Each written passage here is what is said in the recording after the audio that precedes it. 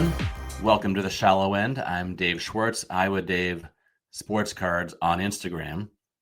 And earlier today, I went to the bank.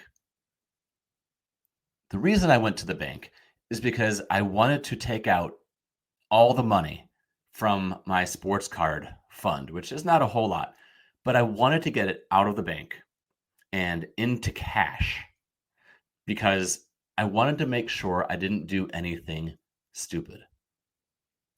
And I had this feeling, and I've had this feeling for a while now, that I was building up to make some sort of a drastic move with my collection purely for the sake of making a move. And that is really dangerous.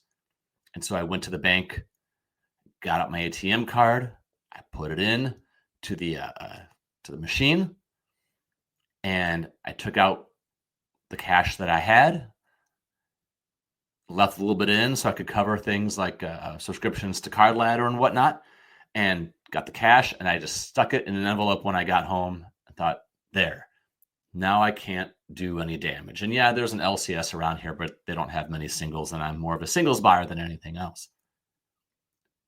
But what I want to talk about today is that urge to compulsively buy, that urge to be spontaneous, that urge to make a move, to make a splash, right? To really get that sports card slot machine going that will maybe pay off big in some way. It was there. Like the feeling has been there for a while now. And it's been kind of bubbling up. And I've bought a couple of cards this year, but they're modest by prices. Paid $20 for one, $8 for another.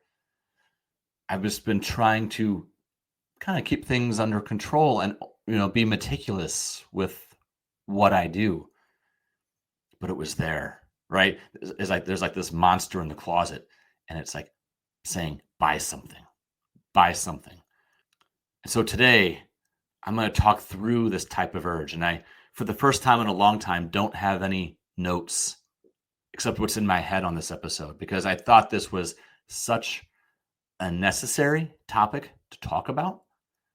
This compulsion that so many of us feel to sometimes buy for the sake of buying, for the sake of hitting go, for the sake of getting that mail day. Thankfully, now that's out of reach. Now the money is still there. I can go and deposit it.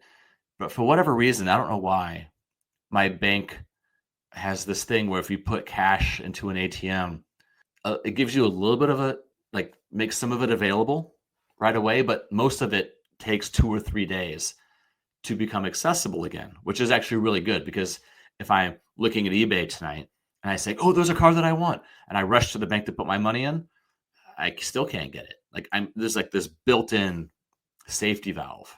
And here's how I know. Here is the 100% guarantee that I don't have any direction right now. I was just looking to buy, looking to get something because I needed that rush. I'm going to read you now. I'll go quick, but there are 30 items on my eBay watch list, and I just kept adding to it and adding to it and adding to it. And here's what is in my eBay watch list. And most of these are completely out of reach, and I'll talk about that in a second. And some of them I could probably grab if I wanted to, but here's what they are. Bear with me. I will go through these 30 as fast as I can.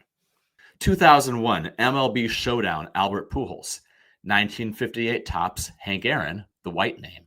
1953 Topps, Jackie Robinson. 2001 Donruss Studio, Albert Pujols, out of 700.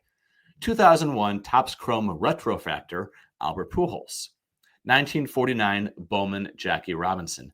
2020 Panini WNBA Silver Prism, Sabrina Ionescu. 2019 Topps Heritage Chrome Black Refractor of Shohei Ohtani. One card I'm going to skip because I actually think I might want it. I don't want anyone stealing it. 1934 Gaudy, Lou Gehrig, number 37. 2017 Topps Dynasty, Albert Pujols. 1947 Jackie Robinson, Bond Bread. 2013 Panini Innovation Kaboom LeBron. Yes, that would be a great purchase. 1922 E120 American Caramel George Sisler. 2 of them, actually. 2008 Rittenhouse, WNBA Candace Parker. 2001 Albert Pujols, Bowman Heritage National. 2007 Topps Chrome Red Refractor Ichiro. 1952 Topps Jackie Robinson. 2018 Juan Soto Gatorade Variation. 2024 Topps Stadium Club Mason Wynn Gold Minted. 2022 Kaboom Shohei Ohtani Unlicensed. 1949 Bowman Larry Doby. 2001 Topps Chrome Ken Griffey Jr. Gold Retrofractor. 1953 Bowman Stan Musial. 1886 Old Judge Billy Sunday. Someday I will own that card. Not right now. Mark McGwire, 1999 Fleer Skybox Linchpins. 2005 Topps Chrome Red X-Fractor of Ichiro. 2018 Bowman Paper Sky Blue Rookie of Shohei. And a 2018 Panini Prism Purple Wave number 280 of Luka Doncic.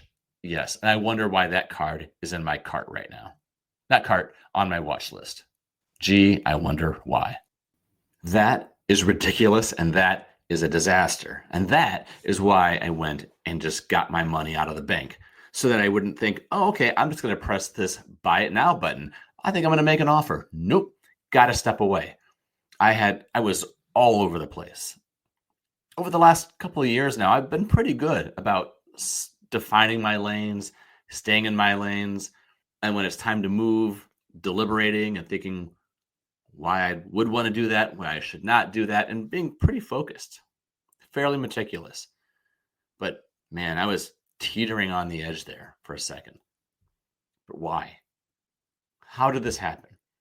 I have been traveling a lot lately since right around Christmas. I've probably spent 17, 18 nights on the road. And that's a lot of time with my phone. It's a lot of time with eBay. It's a lot of time to overthink things that matter. And it's a lot of time to overthink things that don't matter, like cards. And a lot of times I don't notice this until it's over. And this is a clear indicator of when I've made a bad purchase or made some bad decisions. It's when I decide that I want to be blank kind of collector. Ooh, I'm going to put this together. I'm going to do that. Like something sparks momentarily in my head where I think I'm going to be known for doing something, right? Like I'm going to accomplish something. But then I get part of the way through it and I think, wait. What am I doing? What is going on here? Stop. And then I end up selling those cards because whatever sort of false and temporary dream I had of accomplishing, I actually didn't want to do at all. And it just seemed really good in the moment. That's what I felt last night and this morning. But it was good because I hadn't made any of those purchases yet. At one point, I thought, you know what? I'm going to sell everything and I'm going to collect just Jackie Robinson. And then at another moment, I thought, I'm going to collect every 2001 Topps Chrome Series 2 Gold Retrofractor. And then I thought, Albert Pujols, he's one of the best 2 players from St. Louis, and I'm a Cardinals fan. I'm going to do that. Slow down. I caught it ahead of time this time. And I think that's a win. I think that's important. I think that means something. And maybe I should just give myself a little credit on this one, that I was able to pump the brakes. I was able to pump the brakes before I accelerated into the hobby equivalent of a brick wall. Sometimes, like a lot of you, I assume I can overthink things. And there's a lot of advice in this hobby, a lot of thoughts in this hobby, some of which I have shared, some of which I have had shared with me, in which you talk about setting a plan, having a pyramid, having tiers. I'm not sure that always works best for me. And I think I'm at my best and I'm at my happiest in this hobby when I'm not overthinking it. And I can just take a deep breath and just ask myself, do I like this card? Do I like it? Do I want it? Can I afford it? And do I think I'm going to want it a month from now, and 6 months from now, and 2 years from now? When I have a lot of time, such as when I've been traveling so much, there aren't people to talk to or there aren't things to do. There's only so many places you can go when you're in your hotel room. But the one place you can always go is your phone. Now, this isn't going to be some sort of a diatribe on the dangers of smartphones. We're too far down the rabbit hole as a world on that at this point. But it's worth acknowledging that while the hotel room might be a certain number of feet by a certain number of feet, eBay is essentially limitless. And my brain is even more limitless. And when I combined was essentially a smorgasbord buffet of sports cards on my phone with a brain that won't turn off, what I get is a watch list that is simultaneously ridiculous and untenable. But at first, I don't know that. At first, I don't see that. I just keep adding to it and adding to it. And maybe in the morning, I'll go down to the gym or to get coffee, and I'll be thinking about it and thinking about it. And once a week, on those really bad weeks, I get a reminder every Sunday morning when I get that screen time notification on my phone. You spent X number of hours on your phone this week. Of course, it's always higher when I travel. And if you break it down by app, eBay and Instagram just go way up when I'm not at home. And that's what's been happening here. So now, as I record this, if I go into my bag and pull out the envelope, there's a little bit of cash in there. I think that's where it's going to stay, or needs to stay for a little while, but for how long? And already the type of things that are going through my head are things like, well, Dave, there really are cards that you do want and are looking for. But what happens if a card you can afford pops up and you've been waiting for it for a long time and there it is, and then you don't have the easy access to hit bin or to start bidding? Then what do you do? And that might suck, but it would not suck as much as if that card popped up and I didn't have the money because I spontaneously bought something because I was just bored. I don't know if dopamine's the right word. That's the word everybody uses for what we think we're feeling. I think that makes sense. Dopamine is what smartphones and tablets release, just like casino games release, right? But I had to get it out of my range. It's like taking the cookie jar and putting it on top of the fridge so the toddler can't reach it. That's what I did today by going to the bank. The question now is, how long do I keep that cookie jar hidden? At what point do I get out the little step stool, grab that cookie jar, bring it down, and stick my hand in it and root around for the last of the chocolate chip? Here's the other thing. Is the cookie jar even hidden? Because a few days from now, about 25 minutes north of where I live, is going to be an 80-table card show. And I'm free that morning. And now I've got cash. Do I even want to go? Yes, I want to go. Do I keep the cash here? Do I bring the cash with me? What do I do? Like I mentioned, I'm an overthinker. It's fine. I've accepted it, mostly. But there is good news. It looks like there's going to be a snowstorm Friday night into Saturday morning, which means driving up that way might not be the best idea. Anyway, which means I'll be forced to be home and the money will be safe still in that envelope. I think as we wind down this episode, what I find ourselves circling as we discuss this topic is a central question that all of us have to face in this hobby at one time or another, sometimes multiple times. And that is this. Is it about getting the cards, or is it about having the cards? That's an important line to draw, and it's an important distinction to draw, because one has to do with the rush of the chase and the getting, and the other one has to do with the appreciation of having. I don't think it's possible to fully go on one side or the other.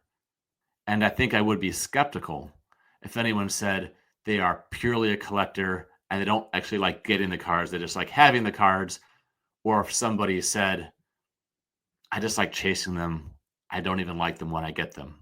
This is a Venn diagram. There's some overlap going on here. But it shouldn't be an even one, at least for me anyway. I've been talking a lot lately about appreciating my cards more, organizing my cards more, and I'm getting there. But that old habit, the need for that old rush, sometimes it just doesn't go away. And like that horror creature that sits up just when you think it's dead, like a giant glowing buy it now sign in the sky. It never completely dies. It never completely turns off or goes dim. It's always there. And I guess all we can hope for ourselves is that we recognize those moments when we are weak and have the internal strength ourselves to cut off that weakness. And if we don't think that we have the strength to cut it off ourselves, maybe, just maybe, there is somebody in this hobby or some people in this hobby that you or we can turn to who are willing to step in and tell us the truth and point out what we're doing at this point so that we can finally see it for ourselves. I guess that's one thing I would want to offer myself up for those of you who are listening. If you are having moments where you're about to make a bad decision, or you are curious if you're about to make a bad decision, feel free to reach out. Send me a note on Instagram, Iowa Dave Sports Cards. I'll be there. I'll listen. I promise. And we can just kind of work it through together. I think that's what we need in a hobby that rewards likes on Instagram, and in which getting that positive feedback and getting those, whoa, great cards and good job and whatever else. When that is so much of the hobby, we have to watch out for each other because we can go over the edge sometimes to the point that we are unable to pull ourselves back. This time, today, I got lucky. I found myself walking up to that edge, and I had some sort of a temporary measure to make sure I don't make a bad decision this time. But next time, I might not be able to stop myself. And if I can't, or if I don't, then I guess I'll deal with that moment when it happens. We all do. Thanks for listening to The Shallow End. I appreciate it. I'll talk with you again next time, whenever that may be.